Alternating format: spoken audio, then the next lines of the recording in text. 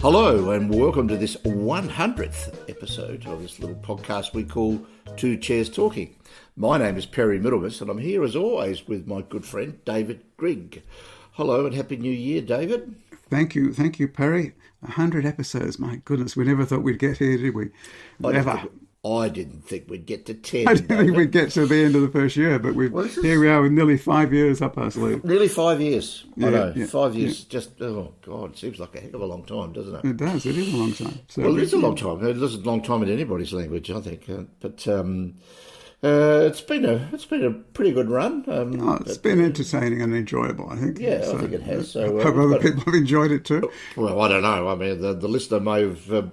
our one and only listener I'm sure there are more than that. Might have decided to sort of shuffle off and is probably wondering what the heck's happened to us over Christmas. Probably thought that we were overindulging just a bit too much. But there might have been a bit of that, yes. A bit. I think it was more the eating rather than the drinking. I had a few days where I, shall we say, gave it a bit of a nudge, but not too much. That's not good. Disgustingly badly. So it was more a matter of I get to the stage this time of my life where I go, oh yeah, that's enough. I think I'll go to bed now. Fair enough. So you don't sit up thinking, oh yes, just another couple more drinks, that'll be good. No, not doing that anymore.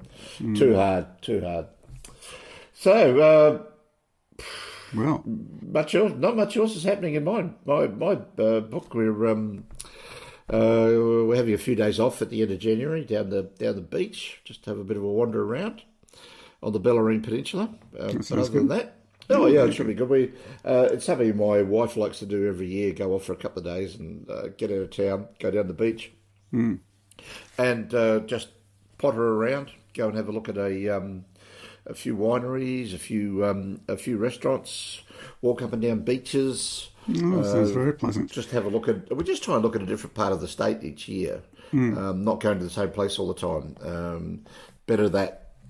I know some people like going back to the same place all the time, but I like a bit of variety, and going to somewhere different each year is a good thing to do. So It is. It sounds looking forward to that. That's over the Australia Day long weekend coming up. Good. Whether we want to call it that or not, that's what its name is, and so that's the one that everybody knows it as. I mean, it's not a day that I consider to be worth commemorating, to be perfectly frank. It's of absolutely minor consequence when you consider that it wasn't even the first day that the first fleet landed in Australia, and it's really, to me, it's a commemoration of the founding of a small colony in Botany Bay, and I think Australia's a bit bigger than that. But anyway, absolutely, that's my view, and I think that we need to move the date. What it's got to be, I don't know. But then, it's just like argument that you have with a lot of people, and they get really anti you, saying, oh, I really think we should move the date. Well, when do you want to move it to and why? And you feel like saying, I don't have to have all of everything worked out before I decide that I want to change something. It's like if you decide you want to go and buy a new car, and you could say to somebody, well, unless you can give me the absolute nut of specs right down to the size of the tyres, you're not allowed to even think about it and discuss it. I mean, that's just ridiculous. You have to be able to say, well, at a higher level we'll do this, and then at a lower level we'll fill in the detail later, But I know that people all want the detail, and of course, as we know, that's the classic political way of killing conversations, asking for the detail and then that sounds familiar. Yeah, a certain person kept asking for the detail. Getting stuck into things over one particular little piece of the detail when it's sort of a minor thing. And I think it's a way of delaying and deferring, and yes, I think. We won't get into that. I think Edward de Bono used to refer to that as black hatting. A lot of that at work too as well. But anyway, let's not talk about that. Let's talk about better things, shall we, David? Let's talk about books. Let's talk about books. A much better thing to be talking about. I find, unless the missus decides that she hates a book so much she hurls it across the room, and I happen to be in the way, which doesn't happen very often. I don't find that they injure me very much. So good. Which is a good thing. I must admit I haven't ever had a bookshelf fall on top of me. It's not something that I ever want to basically have happen. But the only thing it does is occasionally used to hurt the bank balance a bit, but things are a little easier now. You know, when you've got more time to get down to the library to pick things up, and you can wait if you have to put something on reserve. And I would hardly recommend people make use of their libraries. I think they're a wonderful resource. Oh, yeah, for sure. And I'd try and get to mine these days about once a week, once a fortnight, and have a bit of wander around. My only difficulty is I've got such a huge to-be-read list in the house as it is. So what do? I go to the library. Oh, that looks good. Oh, that looks interesting. Oh, that looks interesting. And I come back with things and I think, oh, I'm not going to get through these in the next 3 weeks. Well, let me tell you my New Year's resolution. I don't usually have a New Year's resolution, but my New Year's resolution this year is to actually get through and read a number of books which are already on my bookshelves. I already own them, but have been sitting there for years. Oh, okay. Okay, so one of the ones I picked up was an omnibus volume of Graham Greene, which has been on my shelves for 43 years, which has not been read. Pretty so good. That's probably that's the longest, I think. But so I've started on that. I've read some of that. Okay. I'm reading some other things. That's my resolution, to read what I that I own but haven't read for a long time. If it's an omnibus edition, you can just read one and then go off and read another one. Yeah, well, that's what I'm doing. And then come back and read it. Read one read a Graham Greene novel about every 4 or 5 novels. So that'd be all right. That'll last you for a good couple of weeks, David, the way you're going with your books. Yes, I think. Yeah. Anyway, so how was your reading in 2023 as an overall? What's your overall impression of it? Well, my overall impression, I read a smaller number of books last year than the previous year. I only read 62 books, whereas the previous year I read 85. There are reasons for that, but I still read some very good books, and so we'll talk about those when the time comes. But 62 was not as many as I'd hoped, but I was doing too many other things like playing computer games and things, which I shouldn't do. That takes up a lot of time. It does indeed. It does. So was it quality over quantity last year, do you think? Or shall we find out? We'll find out. We'll get there. Well, I started out like a house on fire last year. Read 13 books in January and 13 in February, and then seemed to fall off a cliff. Yeah. And I got through to 90, which I thought was pretty good, up on the previous year, but still down on my target of 100. As you know, we have been talking about this over the years, David, about me setting targets that I never reach, but I don't really have a problem with that. I mean, I know these targets are aspirational, and it gives me something to aim for, and it keeps me focused at least a bit. But I've got to be willing to be able to say to myself, look, don't cut yourself up too much if you don't make it, but just keep pushing towards it. So keep trying to ensure that you're reading widely across a number of genres, different formats, different styles, different everything, and just try to get a wider diet. Yeah, well, it's good to have a target. As Robert Browning said, a man's reach should exceed his grasp, or what's the heaven for? Nice line. Yes, I think that's probably good. If you don't reach for as far as you can possibly go, if you don't aim for the stars, you're going to hit the gutter, isn't that right? That's right. Yeah, that was Oscar Wilde, I think. Yeah. So the idea is that just keep aiming high, keep aiming for a high number, and keep track of what it is you're reading. Well, I do. I like keeping track of it. I do that. Because, well, again, it's one of those things that, for me, it gives me a sense of achievement. That, oh, look, okay, yes, I was supposed to read 9 books this month, and I read 9 books this month. That's good. Or maybe I read 12. But if I only read 5, what was going on? Maybe I better find something that, go back to comfort reading and try and find a comfort book that gets me off and going again. So Sure. Occasionally during a year, I've got to do that. I hit a wall for various things because for various reasons. You know, there's always something going on in your life. You're travelling, you're doing something else. There's lots of the family requests that you have to fulfil, or just things that are happening outside a time when you can just sit down and casually read a book. But those times are precious, and I really love them. And I'm glad we have this as a hobby, David. I really do. Anyway, So what total did you get to? I got to 90, 90. Right. which was up on, I think it was about 84 the year before that, about 100 the year before that. So my 2022 was down, but it's starting to pick back up again. So hopefully I can continue that this year and head towards that 100 mark. And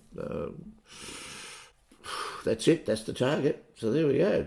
So we've done a bit of discussing about what it is we're going to talk about, which I'm sure the listener is very glad, so that we don't go off on a complete and utter ramble for 4 hours and getting absolutely nowhere. We have got our, as we usually do, we have got our categories all broken down. We know what we're going to talk about. I've got them ranked from me, David, and I'm going to be going from number 5 down to number 1 in each category. Okay, well, I can do the same. If you would like to do that, that Yeah, might yeah, not be well, bad. I think it just, It's like the Oscars, isn't it? You're sort of Well, working it it is. towards the best picture, Yeah, that's right. Well, Exciting. if you get to a particular category, best Western, and you give the number 1 in the best Westerns, not It's that we downhill have, from there, isn't it? Then it's that's right. downhill. So I we mean- should work up. That's good. Good idea. who cares what number 5 is? We've already told them what number 1 is. But if you start All at right. number 5, then they're looking forward to number 1. That's my view, and I'm sticking to it. All right, we'll Dave. go with it. Okay. So let's go with that approach. Okay. So who's starting? Well, you are. I'm starting. Okay. Yeah, it's always you, David. All right. Okay. Age before beauty. All right. So look, we're going by genre. So best SF, best Science fiction. Talk to me about your All science right. fiction from last Number 5 on my list then for best science fiction I read during the year was Slaughterhouse-Five by Kurt Vonnegut Jr. year. Oh, okay. We reread that for our Hugo Time Machine episode. Yep. And I still think it stands up very well Yes, it does. after all these years. That was sort of an anti-war novel as much as a science fiction novel. But I always like the way that it starts. Not the actual start at the very start of the book, but the kind of where the actual story starts is that line, "Billy Pilgrim has come unstuck in time." That's great lines. One of the great lines in science fiction, I think. All right, so that's that one. Number 4 on my list was The Mountain in the Sea by Ray Naylor, which I think we both liked a lot. We did. It was very good. The whole idea of where intelligence may lie and where it may not, and how we get in contact with an alien species without travelling too very far. So that was good. Number 3 on my list was Children of Time by Adrian Tchaikovsky. It's the start of his series called The Children of Time. I thought that was a cracker. I really, really enjoyed that. Not recommended for arachnophobes. Not for arachnophobes, because there's an entire spider civilization That's very interesting. comes to the fore. But I thought he dealt with that very cleverly Yes, so in the did way I. that it's very clever world building. The technology that the spiders develop, which is all based on webs and networks and the fact that they're able to control ant colonies, which kind of turn into computers, which is kind of makes there's a lot of cleverness in it. It was a neat idea. Yeah. The thing which I thought was very interesting about it was that you've got these two parallel stories. One is the last humans from Earth who are desperately trying to find some way to settle down, and you've got the spiders on this planet which is where the humans want to settle down. And so towards the end, of course, there's this conflict, which, there's going to be a battle between the two. I thought it was a real testament to Tchaikovsky's skill that by that stage you're actually rooting for the spiders, not for the humans. That's what I thought anyway. All right, that was number 3. Number 2, another classic from our Hugo Time Machine episode, The Left Hand of Darkness by Ursula K. Le Guin. Not much need to say much more about that. It is a classic of the genre. And number 1 on my list, my top science fiction read of the year was Embassy Town by China Mieville. And I just think that's a terrific piece of SF. It's very clever dealing. Again, you talk about world building and alien building and the very strange language that the aliens have on this particular planet. It was all done so very well. I thought it was a cracker. It was.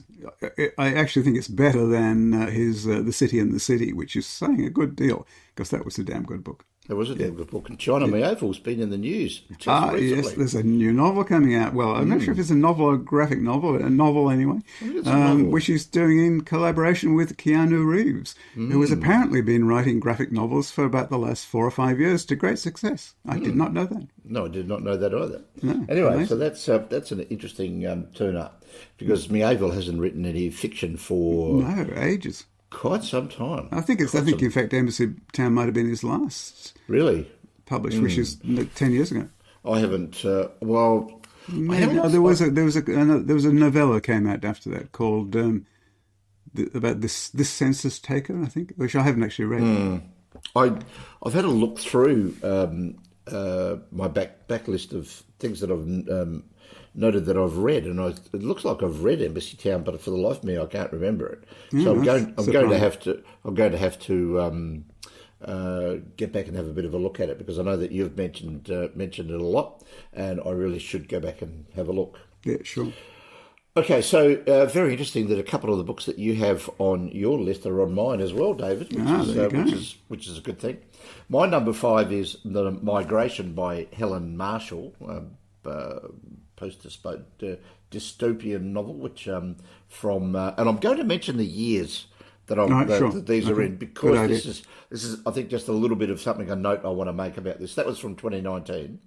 And then Every Version of You by Grace Chan from 2022, a novel set in Melbourne. And I must have stated on the podcast when we were discussing this a while back that there weren't all that many SF novels set in Melbourne, forgetting, of course, George Turner's The Sea in Summer and Neville Shute's On the Beach. On the Beach, and there's bound to be a few others. Oh, yeah, the sense... Courier's Bicycle, I think it's Courier's Bicycle. The Last Woman on Earth. Yeah, there has been a few. I was just every now and again mine goes completely blank. But anyway, I really enjoyed Every Version of You. Number 3 was Slaughterhouse-5, which we have discussed. Okay. That was from 1969. Yeah. That's the oldest one of the whole lot. I didn't read Left Hand of Darkness this year because I had read it the year before. Otherwise, it would have been probably top of my list. My top 2, number 2, The Mountain in the Sea by Ray Naylor from 2022. And my top book from last year was Sea of Tranquility by Emily St. John Mandel from 2022, which you probably read the year before. I did. So that got a very high. I gave that 4.6 out of 5, which is fairly high for me, especially for a SF novel. But oddly enough, I only read 11 SF novels out of 67 novels all year. So when people say, well, you read 90 books, well, there are such a things as novellas, and there are collections and anthologies and all the rest of that sort of stuff. And they all add up. And when you put them all together, get up to around about 90. But I had thought that with only 11 novels being read in the year, SF novels being read in the year, that I was down. But it was exactly the same as the year before. I didn't read any of the books on the Hugo or Nebula list this year. Didn't really particularly appeal. And unfortunately, both of mine, Sea of Tranquility and The Mountain in the Sea, both of which were eligible, and both of which I nominated for the Hugo Awards, didn't make the ballot. No, that's right. I was annoyed, David. Yeah, I was annoyed too. I felt like saying, annoyed. Mr. Annoyed of Hawthorne is not very happy with the Hugo ballot this year. But anyway. Yeah. Before we leave science fiction, do you have any honourable mentions? Because I've got one. No, I don't have any honourables. Because I should have mentioned Red Team Blues by Cory Doctorow. Oh, okay. Which was a techno thriller, I suppose, but I thought it was pretty good. Anyway, and I read 13 SF books during the year. So I had 4 novels from 2019 to 2022 on the list, and the only older one was Slaughterhouse-5 from 1969. Okay, yeah, there you go. All right, maybe I'm being a little bit harsh on some of the older novels these days. I know some people said, "Oh, that was a bit rough," but you play them as they lie, is what I say. But there we go. Best fantasy, David, and fantasy. Yes. Now I was going to say, I'm looking at my list now. I'm thinking I actually cheated a bit because one of the books on my fantasy list probably you would call science fiction. So we'll see. We'll see. So I only read 4 books which could be considered fantasy, and one of those is perhaps not fantasy at all. Number 4 on my list, I don't even have a 5. Number 4 on my list was Conjure Wife by Fritz Leiber, which I think still stands up pretty well after all these years. The idea of witchcraft being something that all women know about and used to their advantage of their spouses or partners. Number 3 on my list is Among Others by Joe Walton, which I had some issues with, but nevertheless it's not a bad, say, coming-of-age sort of fantasy novel. Mostly the coming-of-age story is the strong part of it rather than the fantasy, which I almost felt was a bit tacked on. Anyway, so that's number 3. Number 2 is the one which I'm a bit doubtful now, and probably you'd call science fiction, which was Civilizations by Laurent Binet, translated from the French. And that's an alternate history. This is the one where the Aztecs, in fact, conquer Europe. And I liked it. There was a few... It ended in a strange sort of way. But I quite liked it. It was good. It was cleverly done and fairly convincing, really, if you followed the premise of what makes the change, the split in history. And it's quite clever. The whole guns, germs, and steel thing in reverse. Very clever. Oh, okay. Yeah, very clever. And the top of my list, without any doubt, was House of Odysseus by Claire North. And this is the second in her trilogy, which is called Songs of Penelope. And this continues the story from the first book called Ithaca. And each of these is told from the first-person point of view of a Greek goddess. So the first book is told from the point of view of Hera, Zeus's wife. The second book is told by Aphrodite.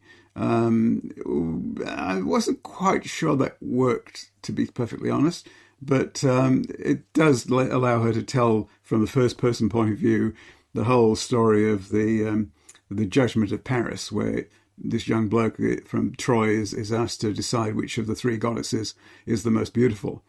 And they all promise him various things if he'll vote for them. But, of course, Aphrodite promises Paris the most beautiful woman in the world, who turns out to be Helen, the wife of Menelaus, who becomes Helen of Troy when Paris abducts her and takes her off to Troy. So, but anyway, really good stuff. Clever feminist retelling of these stories. Although I've talked about the goddesses, the main character really is Penelope herself, and her struggles to keep control of her little island of Ithaca and deal with people like Menelaus, who turns up partway through this particular novel, and with his wife Helen in tow, who's now been brought back to Greece.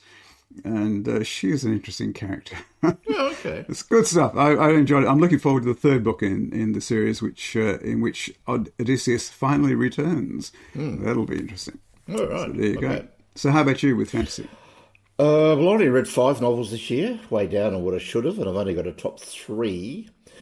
I've got a note saying that I did read 11 fantasy books this year, but only 5 of them were novels. The rest of them were either a collection or or novellas, and I've separated my novellas out into a separate category. But so I've read 5 fantasy novels this year, so I've only got a top 3. My third one, Treacle Walker by Alan Garner. Garner coming back to good form after all this time, and with a book that was shortlisted for this year's Booker Prize. Yeah. The story seems to be doing the rounds is that SF novelist M. John Harrison, who was on the committee for the Booker Prize, praised this one to the skies, and it got pushed into people's hands, and they must have liked it. Odd that, isn't it, David? When somebody gives you something, say you really should read this, and you read it, and you go, actually, this isn't so bad. Okay, it's pretty bloody good, I thought. I still have that on my list to read, but we'll get there. Oh, yes, you should do. It's shortish, but it's you don't want it any longer because it's just perfect length, perfect size. It's just wonderful. Second on my list, The Grey King by Susan Cooper. Yes. The fourth in the Dark is Rising series.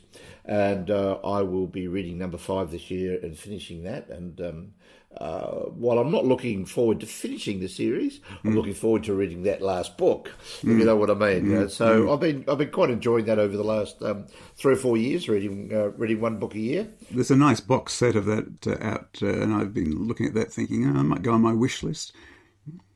Yeah, looks good. The whole series, yeah. Yeah, I've got box sets of things, and then I think, what do I get? Oh, no. So, no, I'm off that. I'm off box sets. Okay. I'm going to do that. And my top fantasy novel for this year, which was, I have seen some people listed as a novella and some people listed as a novel. I've pushed it into the novel category because it was nominated for a novel. It's Spear by Nicola Griffith, which is a retelling of the Percival legend out of the King Arthur canon. Excellent stuff. I really enjoyed that immensely. That was from 2022. Treacle Walker from 2021. And Grey King from 1975. Yeah. So again, I'm reading stuff that's really quite recent. But the interesting thing is that I have a note that I really should go back and reread Garner's earlier stuff. Things like the Owl Service, Night Shift, Redshift is the one that that was the one that I recall. I read that and I thought, what the actual hell is going on here?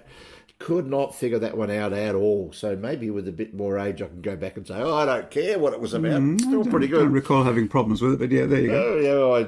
Hey, I'm a simpleton at heart, David. You know that. So basically, it's. But I am looking forward to reading more of Alan Garner, and I really should check out more of Nicola Griffiths, and I'll finish off Susan Cooper's series as well. Excellent. All right, so that's fantasy and science fiction done. Yeah. So crime. Best crime.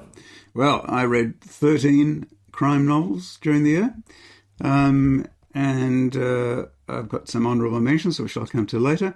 Let's start with number 5 on my top 5, which was Fire with Fire by Candice Fox, where I'm very fond of her. This Australian writer of crime. She's written some terrific novels. Fire with Fire wouldn't be her best, I would say, but she's now setting a lot of her novels in the United States. I think it's just she gets a better audience, sells more books that way. But anyway, that was quite a good novel in that it features a couple who have been driven to desperation by what they think is the lack of investigation of the disappearance of their daughter some years ago, and they actually take the police forensic laboratory hostage on all the samples that are there to take to prosecute various cases, and so they're holding things up in there and threaten to destroy samples as they go, unless there's more done. All right, and number 4 on my list is All That's Left Unsaid by Tracy Lien, which is set in the Vietnamese community in Cabramatta, from the point of view of a young woman whose brother, Denny, has been murdered, been bashed to death, in fact, in a crowded restaurant. But nobody saw anything. They were all looking the other way, or they were in the toilets, or nobody knows a thing about it. And so she's really struggling to work out why nobody wants to talk and try and get things moving so she has some closure after her brother's death. My number 3 on the list is In the Morning I'll Be Gone by Adrian McKinty, one of his Sean Duffy novels. Cleverly done, I thought, integrating it with historical events of the time, which is the 1970s, I think. Just off the top of my head. Into 80s in the yeah, into 80s. Yeah, I can't remember exactly when this one is set, but it's Margaret Thatcher is the Prime Minister in England, and there's a little subplot to do with her, which is good. No, I like that a lot. I must go on to read the others in that series. Number 2 on my list was a Mick Herron novel, but not a Slough House novel. It's Down Cemetery Road, which is his first novel. And I liked that a lot. It features a couple of interesting female characters. a house blows up, and this woman who lives just down the street wants to know. And there's a child. The house blows up, and the parents or the mother is killed in this house. But there's a child who survives the explosion, and there's this particular woman, Sarah Trafford, who wants to track down what's happened to that child. She's disappeared from the newspapers.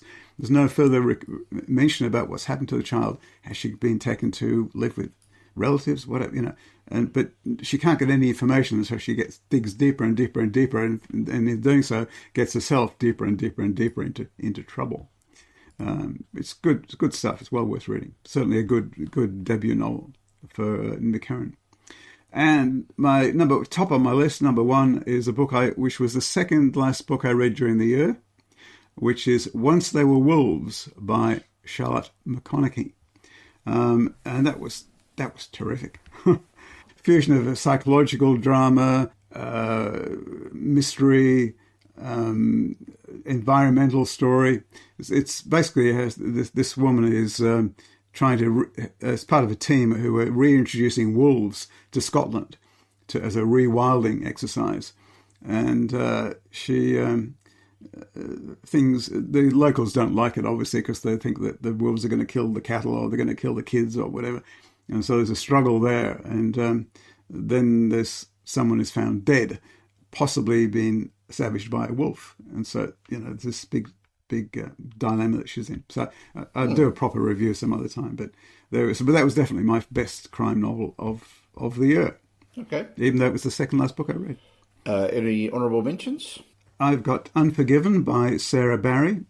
I won't go into any detail about that, but I thought that was pretty good. Everyone Here Is Lying by Shari Lapina, which is about a 9-year-old girl who goes missing in an American suburb, and everyone in the street is telling a different story about it. The other one on my list, honourable mention list, is Exiles by Jane Harper. Probably should have been a bit higher in the list, but not into my top 5. There you go. Okay. All right. Now, as you know, David, I do a lot of rating of my books to give them a sort of a figure out of 5, which is what helps me when I go back into it at the end of the year to have a bit of a look, and I can just sort them on ratings, and some things pop up at the end of the year, and you think, okay, maybe that should have been higher, that should have been lower. Well, I didn't know I gave 4 books exactly the same rating as I did in this particular crime category. But anyway, there we go. Well, I read 22 crime novels this year, so probably the highest number of any category that I read. I've been doing a little bit of trying to catch up on older classic crime novels that I had never read. You may find this hard to believe, David, but I actually made it to the age of 68 without ever reading an Agatha Christie novel. Good heavens. But I now have read one, and I will go on and read a few more. They weren't the best novels I've ever... it wasn't the best novel that I've ever read, but that was the first of the Hercule Poirot. Yeah. I know a lot of the plots because I've seen the movies. Yeah, but right. It's still worthwhile going back and having a look at the individual... the original source material. As I did with my number 5 this year, The Big Sleep by Raymond Chandler. Now, I don't know whether people are aware, but one of the major things that came out of the film adaptation of this way back in the 1940s, where Humphrey Bogart played Philip Marlowe, the time-worn, love-lost private investigator that he became well known for. When I think it was William Faulkner who was working on the screenplay, got to the end of it, asked Raymond Chandler, so who killed the chauffeur? And Chandler didn't know. And I went in to have a bit of a look at this, and as I was reading this, I was trying to figure out, and yes, the chauffeur does die, but it doesn't seem plausible that anybody there killed him. Oh dear. Which is a bit odd, but Chandler thought, well, what the hell, nobody's going to notice. But Faulkner did, and I think a lot of other people did as well. Anyway, so my number 5 is The Big Sleep. My number 4, In the Woods by Tana French. That's very good. First of her Dublin murders. That was from, the Chandler's from 1939, the French is from 2007. My number 3 is Exiles by Jane Harper that you just mentioned from 2022. That's the last of her Aaron Falk series of novels, the second of which, Force of Nature, is about to have its film adaptation released. I think it got held up by the actors and screenwriters strike in America at the end of last year, and will be out sometime in the next couple of months. So that will be okay. That follows on from the highly successful film The Dry. So Exiles was number 3, 2022. My number 2, Devil in a Blue Dress by Walter Mosley from 1990. That's a classic American PI novel that turned it. Well, it didn't turn the whole category or the whole subgenre on its head. It just opened it up because Walter Mosley had a African American private eye, and Mosley's African American, and just about all of the characters, all bar 2. One major one and one secondary level one, and a couple of others, are all African Americans. And so it's told from a private eye working in an African American community living in Los Angeles, most of whom have moved there from Texas. Excellent book and certainly worthwhile reading. It's the first of the author's Easy Rawlins novels, and was adapted for the screen with Denzel Washington in the lead role. Unfortunately, they didn't do any of the others, which is a bit of a problem, but they could have been very, very good. And my number 1, this probably will come as no surprise to you, All the Sinners Bleed by S.A. Cosby. I really do like this guy's work. I think he is getting better and better. I had a look back, and yes, this is the third novel in a row that I've read of his, and each of them is getting just that little bit better each time and climbing up. It's really good to be able to see this progression from another African American writer doing such incredibly good work. And if you're worried about crime novels just being about murders and whatever, there's a whole lot in both Devil in a Blue Dress and All the Sinners Bleed about race relations in America as well. You can read them as social novels as much as you can read them as crime novels. And all the best crime novels are like that. You know, the Henning Mankell's, the Ian Rankins, the Michael Connellys, they're all social novels as much as crime novels, all the way through down the line. I've got a couple of honourable mentions. 5 Decembers by James Kestrel, which I spoke about on the podcast at nearing the end of the year. I thought that was an excellent book. And Wake by Shelley Burr. Oh, that's very good. She did that win Best First Novel at the Ned Kellys a couple of years back. back. So, yeah. Yeah, it did. Excellent piece of work, and I look forward to her next book, which I believe is out. Is it?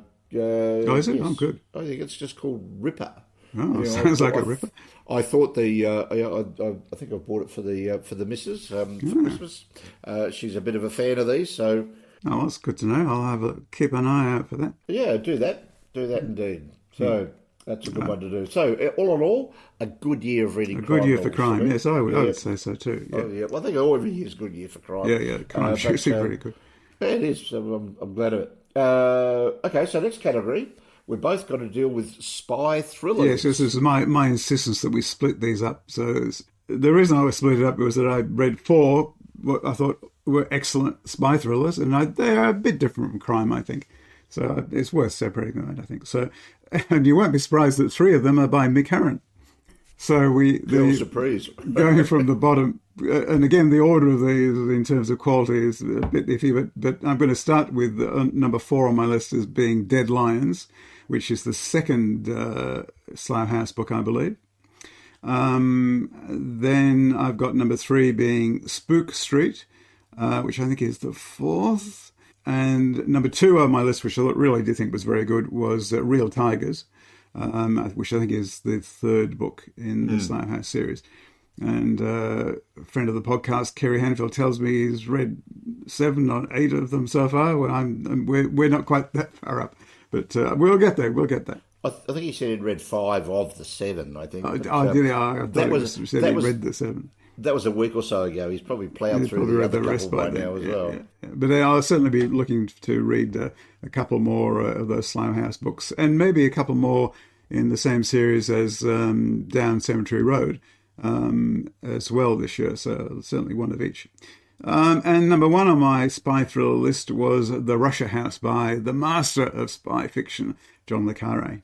Okay. That was terrific. I really loved it. And so, yeah, really good stuff. I won't go into detail now about it, but it was classic classic spy stuff. In the era when Russia was starting to change, we had Gorbachev as the premier, and we hear words like glasnost and perestroika and so on. But nevertheless, the spy tensions are still there, and he deals with it very, very cleverly.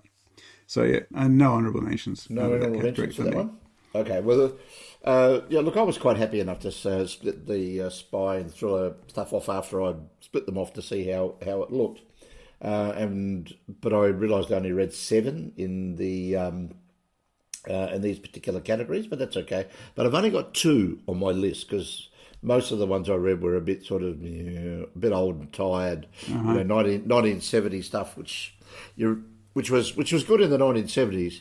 But we've got higher expectations now, David. I think that when you get people like le Carré and you get Mick Herron, and you get a number of other people that you read, and you think, yeah, it's got to be up a little bit higher to get up into those higher echelons now. You can look at the older novels and sort of say, yes, they're important because without them, the current batch could not have appeared.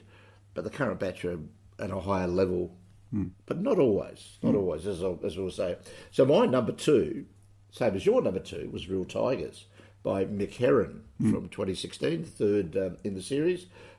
People are probably sick of us banging on about this particular series, but really, it is wonderful, and it's good stuff to read. And I don't know of anybody that I put them onto that said, "Oh, no, they were boring, didn't like them." Everybody that has picked them up and read them has said, "Oh, I'm really glad you gave me, you told me to read these because these are fantastic." And my number 1, which I had not read for probably 30, if not almost 40 years, or maybe 40 years, The Day of the Jackal by Frederick Forsyth. Good, yes. Yeah. Now, this is an ultimate thriller from back in 1971 when it was written, and we all know about the film adaptation with Edward Fox as the British assassin, the Jackal.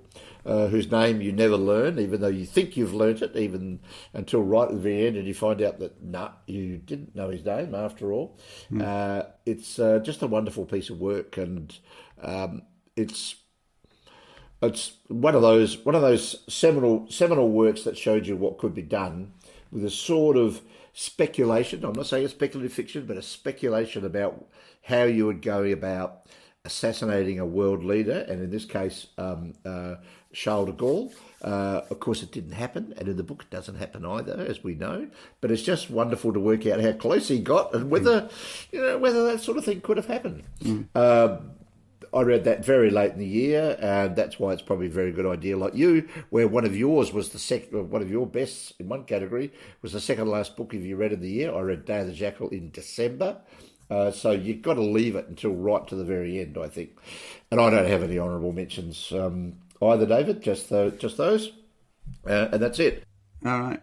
So this is now where we do have a bit of a split. I'm going to talk about one genre and I'm going to talk about a different one. Yep. But my one is historical fiction. And I read 5 books that fit into that category last year. And they're all on my top number 5. Good. Which sort of makes sense, I suppose. Okay, so number 5 on my historical fiction list is The Dictionary of Lost Words by Pip Williams, which I thought was it's a clever feminist spin on the origin of the Oxford English Dictionary, and she picks up just one little incident, true incident out of real life, which is one particular word went missing from the Oxford English Dictionary, this massive compilation of supposedly every word in use in the English language, which was being put together in the late 1800s and early 1900s. And there's one word that went missing, which is bondmaid. Pip Williams takes the idea that there's this little child who's the daughter of one of the people compiling the dictionary, and this slip of paper slips off her desk and falls to the floor, and she picks it up, and it's the entry for Bondmaid, and she sort of secretes it away. And it goes on from there, and she builds actually up her own little list of lost words, and words that didn't get in the dictionary, even though they're in common use, because they were seen to be obscene words. And she starts to ask other people, ask people in the market, and she starts to accumulate a number of words which are to do with women, women's bodies, and things that happen to women as opposed to men, and which of course were largely being overlooked by these male compilers of the dictionary. So it's a clever story, and it's quite a moving little story, I liked it a lot. I've talked enough about that. Next on my list was number 4 on my list is Act of Oblivion by Robert Harris, which is all about a couple of people who were involved in the trial and execution of Charles I. And when the Restoration happens and Charles II comes in, they flee the country and they go to the United States. Well, it wasn't the United States then. They go to the Americas and flee pursuit. Great story, really, really well done. Number 3 on my list is Shrines of Gaiety by Kate Atkinson, an author I like a lot. Shrines of Gaiety is only historical fiction in the sense that it's set in the early 1920s. It's mainly about the club scene in London and the criminal organised crime bodies that are around those clubs and what happens there. It's good stuff. Number 2 on my list is Joan by Catherine J. Chen, which is a retelling of the story of Joan of Arc, with her as a very different sort of character from the sort of saintly, delicate sort of creature that legend would have her be. In this book, she's a tough, strong, tall, powerful woman who is driven not by holy spirits anywhere near as much as a desire for revenge against the British and the Burgundians who'd invaded her home village and raped her sister. And number 1 on my list, which is again a book I've only read fairly recently, which is Loot by Tanya James. And it's all about a young boy in India, in the north of India, who gets involved, and this is in the late 1700s and early 1800s, who gets tasked by the Sultan of the place to assist someone to build this mechanical tiger, this automaton, which is of a tiger attacking an English soldier. And it's just this mechanical thing which moves and plays music and does whatever. And but then the British come in and lay siege to the town, and everyone gets killed. The Sultan gets killed, and this young boy manages to escape. And eventually, after a long period of adventures, arrives in France, where he's trying to meet up with the guy he was apprenticed to in India, and try to get him to boost him up in France. Great book. It's a very warm story, though there are some terrible incidents happening in it. It's a very warm, engaging sort of story, and nice little romance in it. Nice story, liked it. So that's no honourable mentions, because that was all the historical fiction I read. Where do you draw the line in terms of whether something is historical or non-historical? I mean, you always. All fiction in a way is historical fiction, isn't it? Well, it is. Except maybe science fiction, I suppose. The futuristic stuff, but everything told in the past is. Yeah. But do you would you say that a novel set firmly in the 1960s was an historical novel? Because that's it is now, and that's 55 years. Yeah, that's right. Yeah, it would be. If you said a novel around the Vietnam War, that would be historical fiction, wouldn't it? Yeah, I would have thought so. I mean, I don't make that distinction. But anyway, I can understand it. Again, it's one of those genre boundaries that leads us to wonder why we do this, David. But, it's all fun, and you've got to put them into context somewhere. You've got to put them in some category, yeah. You do. Anyway, right. Thanks for that. No honourable mentions, as you said? No honourable mentions. All right, okay. So, my corresponding or almost corresponding extra category here is that of novellas. Now, this, as you'll know, David, is from around about the 25,000 to 40,000 word mark. And as I said earlier, Spear by Nicola Griffith is on the edge there somewhere. It's probably only 45, maybe 50,000 words at the outside, 150, 160 pages. And I've seen some novellas, depending on the font size, go out to that level. But anyway, there we go. Just another one of these ones where we have to just draw a line somewhere or other. And that seems to be, the word length seems to be the one.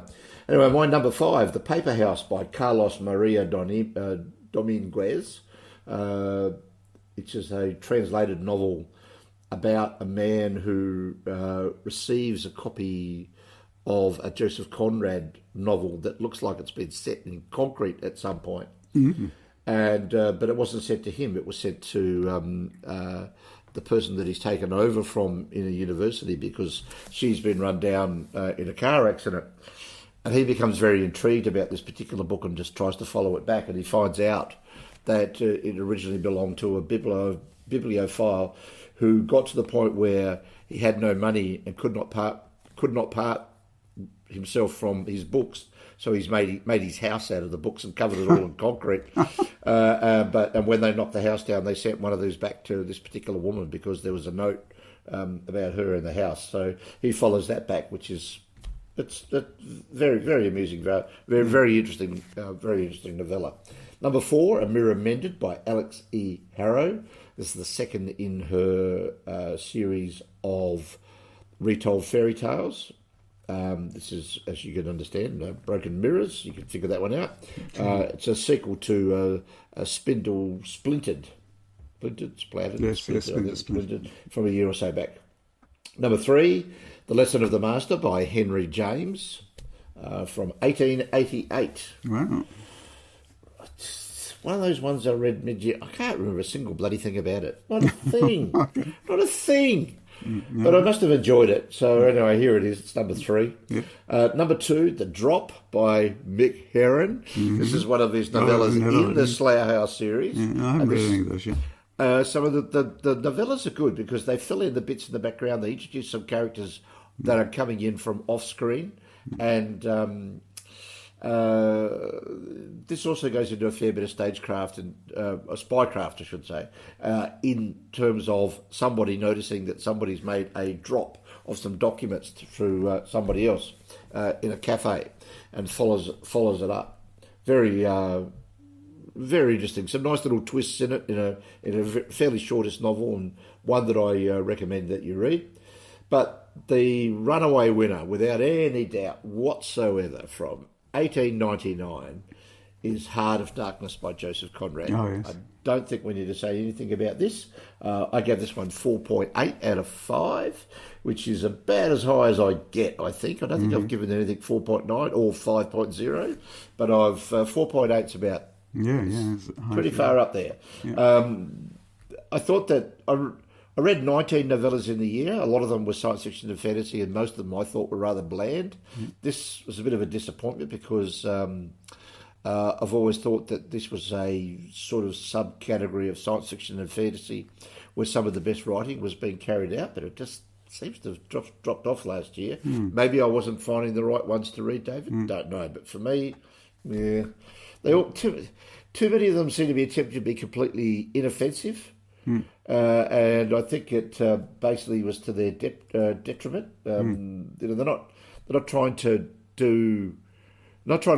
offend anybody. They're just trying to be nice. I don't read fiction for people to be nice. I need to have some drama in it. And, sure, of course you do. I can go on what I want a bit of conflict. I want a bit of drama. It doesn't have to be action, but I want a bit of drama. I want there to be some emotion in it, other than, excuse me, I think I'm going to be sick.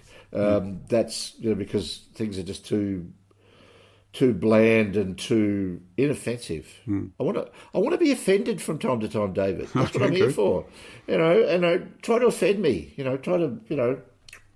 I could be a good hater of novels if I really had given the opportunity. But you can't hate something that doesn't offend you, and you can't love something as well. I mean, I don't. If something is written that panders absolutely and utterly directly to what it is that you think the whole time, well, that's not what I'm looking for. I'm looking for something else. I'm looking for something that sort of makes me thinking about it. And if it just says, yeah, well, I agree with everything that's said there.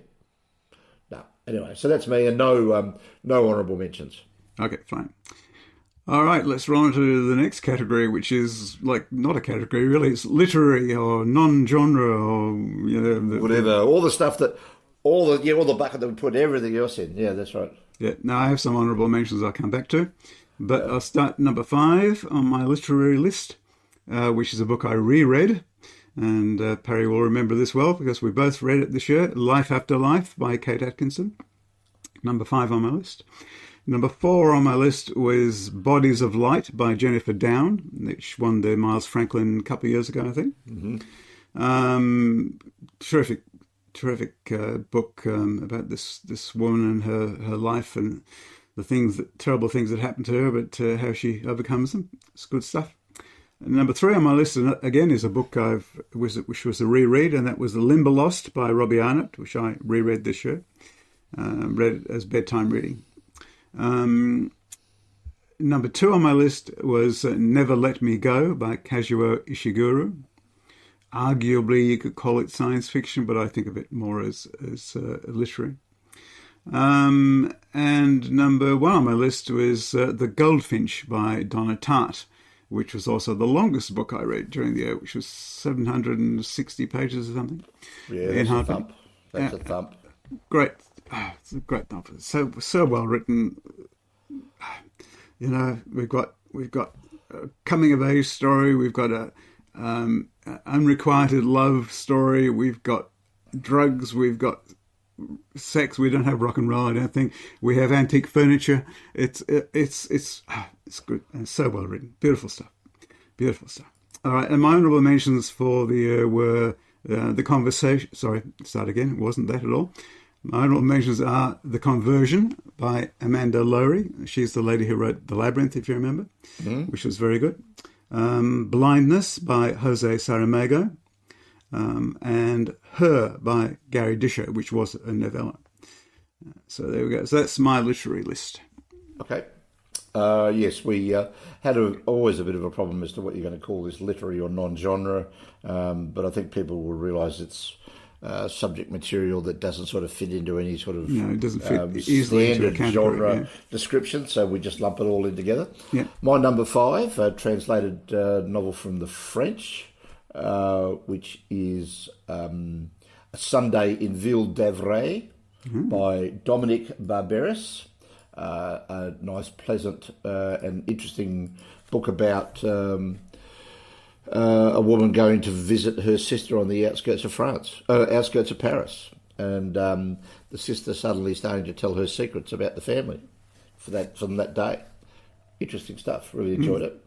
My number 4, Fly Away Peter by David Malouf. This is a it's almost a novella, but it's Rouse as a novel. Yeah, one of those ones that's right on the border again. I could have put this one in with the novellas, but I'm calling it a novel anyway. Malouf's the Australian author, and this is set during the First World War. Follows one particular character from the waterlands around Queensland near the Gold Coast, where he's looking after the swamplands and the wildlife.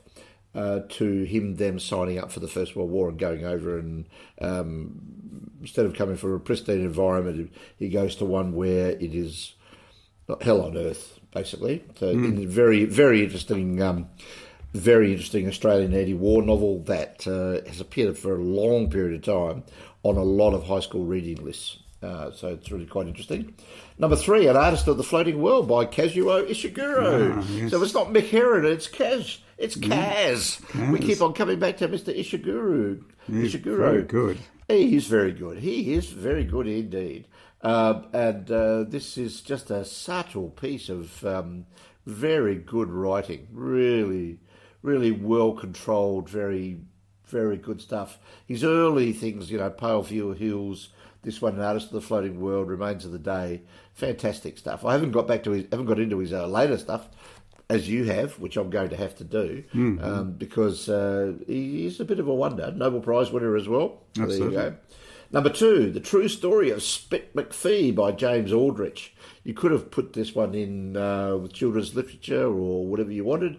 I look at it as a literary novel because even though it's ostensibly a coming-of-age novel, it's as much about the adults as it is about the young Spit McPhee, set in the 1920s in a fictionalised version of Swan Hill up on the Murray. And it reminded me, not so much because of its location, but just growing up in the country, it reminded me a lot of the things that I grew up with. Mm-hmm. So that was a healthy reminder. And number 1, Cold Comfort Farm by Stella Gibbons from 1932. Excellent book. I'd seen a TV adaptation of this, and I thought, well, I'll give it a try. I don't think it's going to be all that great. And it was excellent. It was just really excellent. And I was really impressed with it. And I laughed. I laughed a number of times, and I thought, well, that's pretty good. Because you don't necessarily laugh when you're reading a literary novel. And it was funny. Even though, you could see what was going on, it just was funny. It was just funny. Good stuff. That was good. Honourable mentions for me. What have we got? The Odd Angry Shot by William Nagel, an Australian Vietnam War novel from 1975, and A Passage to India by E.M. Forster from 1924. Okay. I read that one because I went to India this year, and you do these things, and sure. I thought it was about time I read this. Yeah, it was okay. I don't think it was as good as a lot of people have touted it to be, but hey, that's just the way it goes. And now we split again, We David. split again, yes. Another difference. My category is children's literature, I guess you'd call it. I only read 4 books that would fit into that category. I'll mention the 4th as an honourable mention when I get there, but yeah, I'll talk about it. So we'll go for number 3. So number 3 was Utterly Dark and the Heart of the Wild by Philip Reeve. And close listeners will remember that this is the sequel to Utterly Dark and the Face of the Deep by Philip Reeve. And it's a great story about this young character, this young girl living in the, what do they call them? The Western Isles or something. The Isles, they're a set of fictional islands to the west of England. And it's set in the sort of the Regency period in England. But things are different, obviously, and it's good stuff. Anyway, she ends up having to battle a very primal force at the heart of the wild. It's good stuff. Number 2 was a reread, A Wizard of Earthsea by Ursula K. Le Guin. Great classic of the genre too. A lot darker than I remembered it. It's a lot scarier than I thought. Than I remembered it. It's not an easy read for a young person, I don't think. And number 1 on my list, we're thinking about the order, just because it's more recent and a bit more, because I'd previously read A Wizard of Earthsea. I put number 1 on my list as The Graveyard book by Neil Gaiman, which is a lot of fun, really.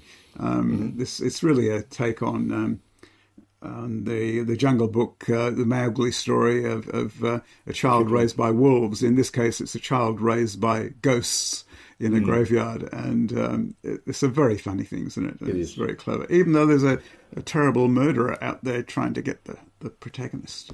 There you go, good stuff. No, I think it's one of his better books, to be frank. That one, I think everything he did worked well with that. Yeah, and kind of an honourable mention, but I had issues with it.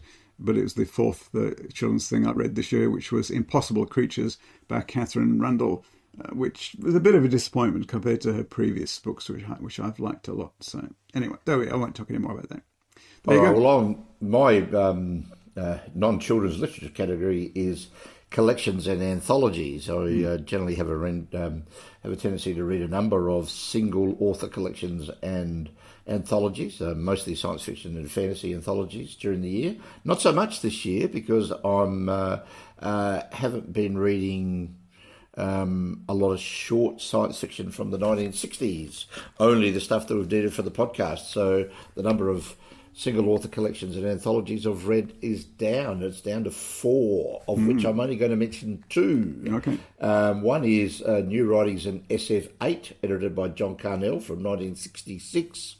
Not much point going into detail about this one, but it's got some good pieces by Colin Capp, John Baxter and Keith Roberts in it. And, in fact, my number 1 collection of the year is Pavane by Keith Roberts. Now, a number of people will tell you that this is a novel. It may well be a novel. I look on it as being a collection of interconnected stories. So you can take whatever you like. So. But it's in my collection of short stories, and it is it's quite an interesting, interesting alternate history, set of interconnected stories and alternate history. I think, as I recall, it's Elizabeth I has been assassinated, and Mary Queen of Scots takes over and marries the King of Spain, and Catholicism rules in the United Kingdom, or England. Or maybe it is the United Kingdom at that point. I don't know. When did it become the United Kingdom? Well, she was heir to the throne of Scotland, so yes, it would be. So it would be the United Kingdom. The United Kingdom, yep. So anyway, excellent work from from 1968. I believe there is an extra story set in that world that isn't in this collection, but haven't tracked it down. No honourable mentions for me. So now we get back to back online again, David, for the rest of this afternoon.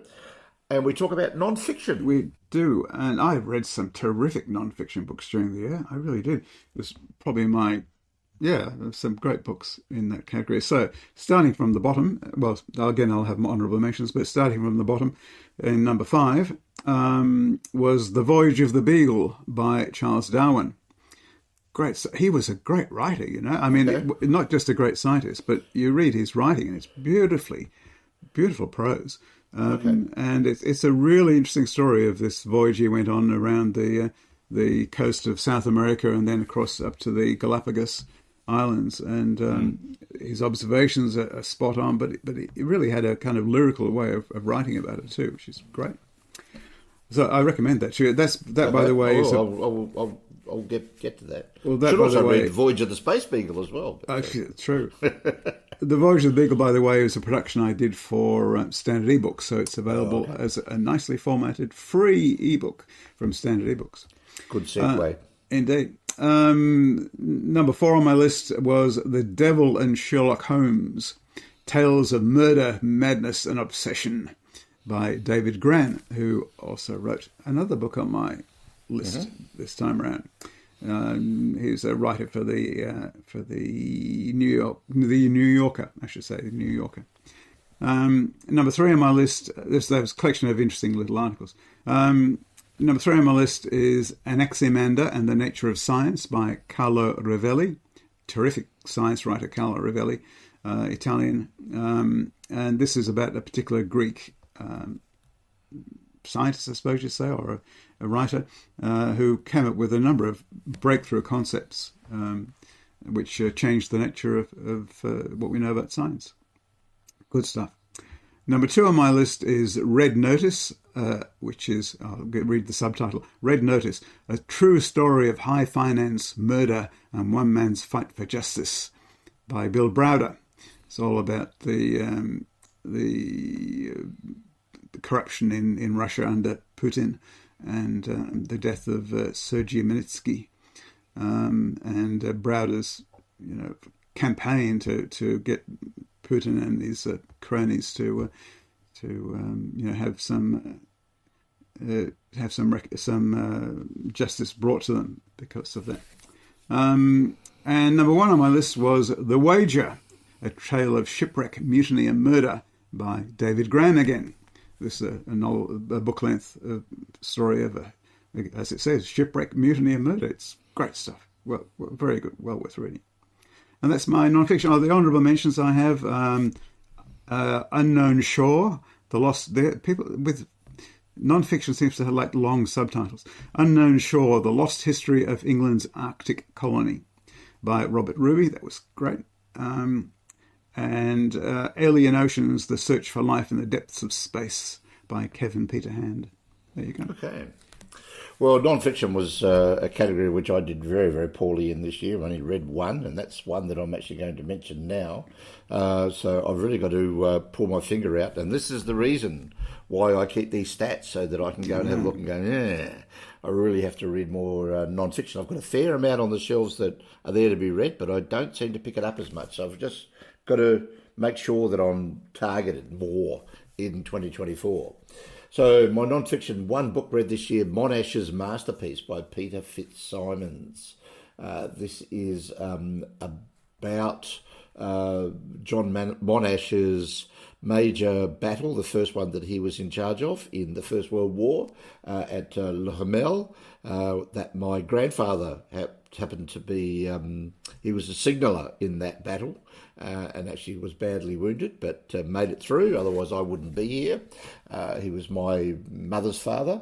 And so I was very interested to read this particular book because of that personal connection. But it is a wonderful piece of work. And I thought Peter Fitzsimons, well, he's probably going to be one of these sort of popular historians that isn't going to do a very good job. But this is, it's a well-crafted, well-researched, well-laid out, an engaging and page-turning story. It doesn't keep you very long in one particular piece before he moves on to the next one. And he tells them all as very self-contained vignettes, small stories. So you've got finished that one, then you go to the next one, but they're all interconnected. Mm-hmm. So he doesn't say, I'm going to tell you everything you need to know about Monash, and 60 or 80 pages later, you think, I'm never going to read this book again. It jumps from one chapter to another and includes all together, but it all comes together very nicely at the end. Very well laid out, very well structured. So I was really quite impressed with the work that he did with this. Hmm. So now we move on to our best overall books of the year, David, across all the different types of categories. Yep. And we have, under your urging, this year going to split those into two sections. Those best overall read for the first time and best overall reread. Luckily enough, I reread enough books last year to be able to do this, but I'm not rereading all that many these days. But anyway... So, do you want to kick us off for your best books read for the year first time? I will do that. By the way, this division of the books is down to Bruce Gillespie, who uses that category, that way of splitting things up in his science fiction commentary. But I thought it was a good idea. Okay, cool. So, anyway, favourite books. So my favourite books of the year, which I read for the first time, going from the bottom up again. Number 5 was Joan by Catherine J. Chen, which I've mentioned, about Joan of Arc. Number 4 was Loot by Tanya James. So it's interesting. I've got 2 out of my historical fiction category on the list. So Loot, which was good. Number 3 was Embassy Town by China Mieville. Number 2 was Never Let Me Go by Kazuo Ishiguro. That was a great book. Good, so moving. Oh, stop it! Just stop. It's good stuff. I'll get there. It makes you cry at the end. And number 1 on my list, best book of the year as far as I was concerned, The Goldfinch by Donna Tartt. Terrific stuff. Honourable mentions, if I'm still allowed. Once Were Wolves by Charlotte McConaughey. Children of Time by Adrian Tchaikovsky. Bodies of Light by Jennifer Down. And let's leave it at this one, The Wager by David Gran. So, okay, that's a good range. Good range. Yeah. Right, mine, books read for the first time this year. Number 5, The Mountain and the Sea by Ray Naylor. Number 4, All the Sinners Bleed by S.A. Cosby. Number 3, Spear by Nicola Griffith. You really like that. Yeah. I did really like that one. Yeah. Number 2, Cold Comfort Farm by Stella Gibbons. I really like that one as well. Yeah, obviously. But my best book for the year, read for the first time, was Sea of Tranquility by Emily St. John Mandel. I thought that had a heck of a lot going for it, and as I said, I was very disappointed when it didn't make the ballots, but there we go. Interesting to note that 4 of those books were published in either 2022 or 23. The only one not was Cold Comfort Farm by Stella Gibbons. Interesting. 2 SF, 1 fantasy, 1 crime, and 1 literary or non-genre. So there we go. Honourable mentions, Monash's masterpiece, which I just mentioned in the non-fiction, and In the Woods by Tana French. It is So very good. those are excellent novels. So books right. reread Well, during the year. Going up from the bottom. Again, I actually have a couple of honourable mentions here. I've read quite a few rereads during the year. So number 5 on my list was Slaughterhouse-Five by Kurt Vonnegut Jr. Number 4 on my list was Wizard of Earthsea by Ursula K. Le Guin. Number 3 was Life After Life by Kate Atkinson. Number 2 was The Left Hand of Darkness by Ursula K. Le Guin. And number 1 on my list was Limberlost by Robbie Arnott. Oh, okay. You really do like Limberlost. That's good. Yeah. And I do have 2 honourable mentions, which were 2 novels by Dorothy Sayers. One novel, The Unpleasantness at the Bologna Club, and a collection of short stories, Lord Peter Views the Body.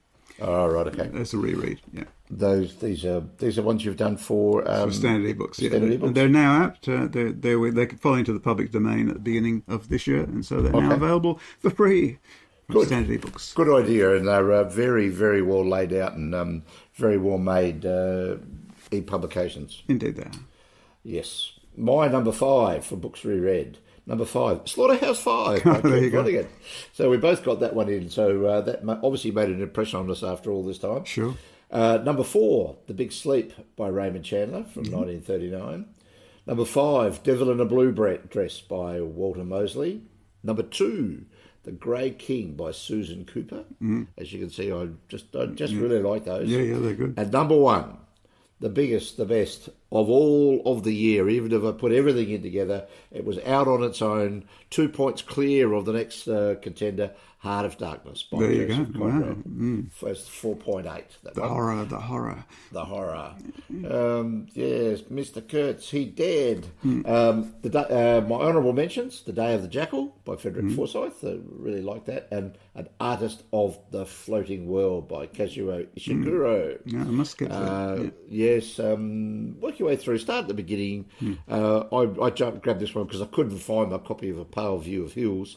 But as Ishiguro said, the first 3 novels, which ends with Remains of the Day, he said he wrote the same novel 3 times until he got it right, and then he won the Booker Prize for the 3rd one. So yeah, he got it right, all right. He did very well. So I think the one thing that we can say here, David, about our reading is that we try to spread it across as many different genres as we can.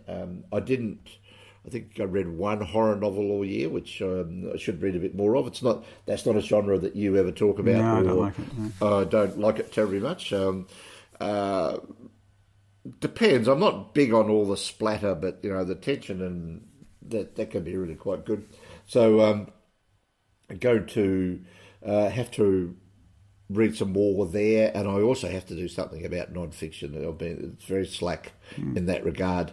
And so, you read all of these books and you think, well, I read about the amount I should have read there, the amount I should have read there. And then you add them all up and you put them all together and you think, yes, that 100 books that I was expecting to read, it only gives me an opportunity of reading 6 or 8 non-fiction books through the year to be able to get there. So, there's a lot out there. There's a lot to be read. Indeed. And I think that we shall be continuing to do so. I've started pretty well with 2024, and I'm hoping for it to be. I've read some good books this year already.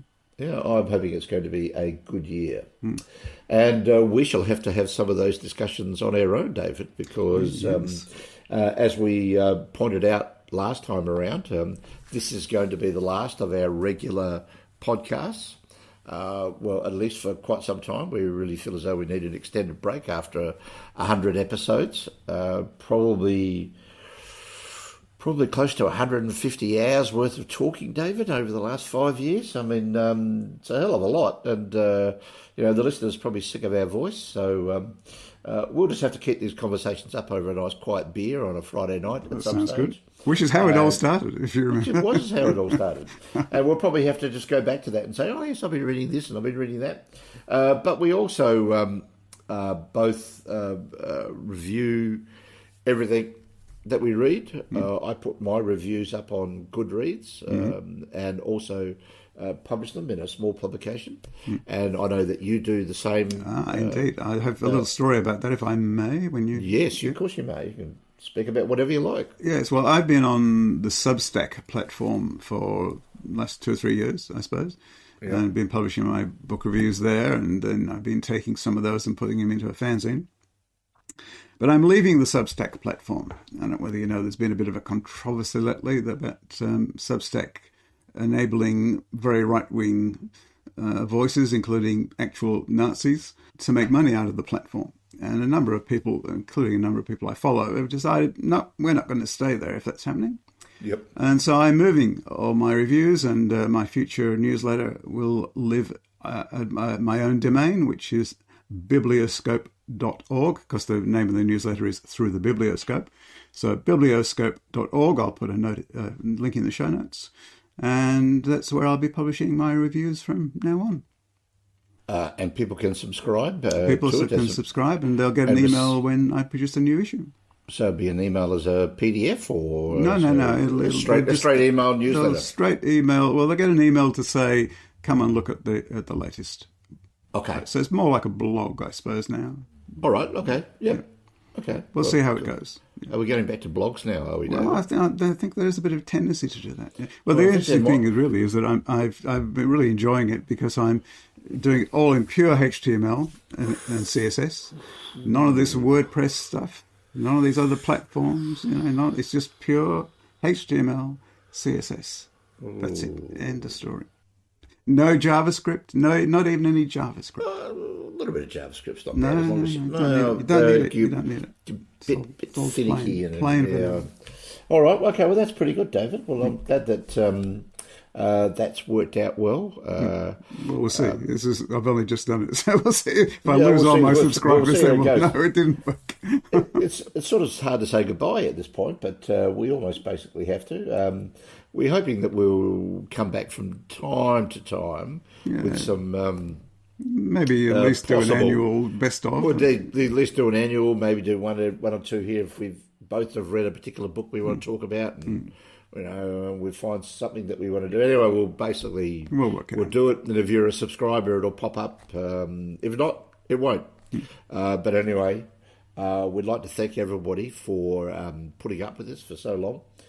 5 years is a long period of time to be listening to a couple of old geezers muttering on about books and films that they like, and I know that there's a lot of people that have probably felt that we carry on far too much about older stuff, but I think we've read a decent amount of new material as well, and hopefully we've given people something to go and have a look for, which is really what we're after. Sure. But our only thing that I will say to people at the end is keep reading widely. Think of your reading, and I think I've mentioned this before, think of this as being like your food diet. You can't eat pizza every day, and you can't eat in Michelin-starred restaurants every night. You have to basically move around, and every now and again, a really, really good hamburger is a really good thing to look forward to. Absolutely. And then sometimes you need to have a long, slow meal with a lot of flavour and a lot of depth. And sometimes you need to have a quick snack. Yep. And all you want's a sandwich which has got everything in it. Short, sharp and sweet, done, finished and gone. Read everything. Move across genres, across styles, across lengths. Read in translation. Read more in translation. Yes, I didn't do well this year. I'm trying to do a lot more of that as we go. And I can, from my perspective, I can hardly recommend people keeping track of what they read, so they can go back and have a look and see whether they feel as though they're sticking to targets or sticking to what they want, and set themselves up reading lists. Don't worry about it if you can't get to it. Don't beat yourself up over it. It's purely a matter of having fun. And we're here to enjoy ourselves, be entertained and be informed and educated. And if we can do all of those, I think we've done very well. Indeed. All right. All right, very well. We'll hang up our headphones and Yes, we'll see you possibly sometime in the future. Yes, turn off the microphone for the last time, and hopefully we'll hear from the listener as to how we went. Indeed. All right. Okay, Thanks, great. David. See you. Goodbye. Thanks, Barry.